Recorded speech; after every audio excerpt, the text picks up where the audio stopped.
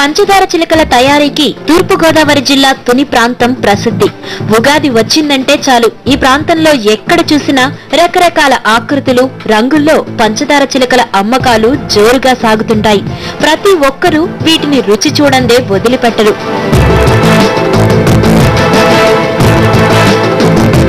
ఒక్క పండక్కే కాదు, పెళ్లిళ్లు, ఉత్సవాల్లోనూ తప్పకుండా వీటికి ప్రాధాన్యం ఉంటుంది. అందుకనే తుని ప్రాంతంలోని వందల కుటుంబాలు వీటి తయారీపైనే ఆధారపడి బతుకుతుంటాయి.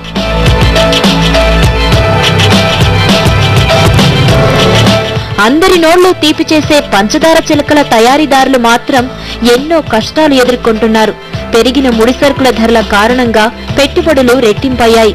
గతంలో లాగా పెద్దగా ఆదాయం రావడం లేదని తయారీదారులు అంటున్నారు.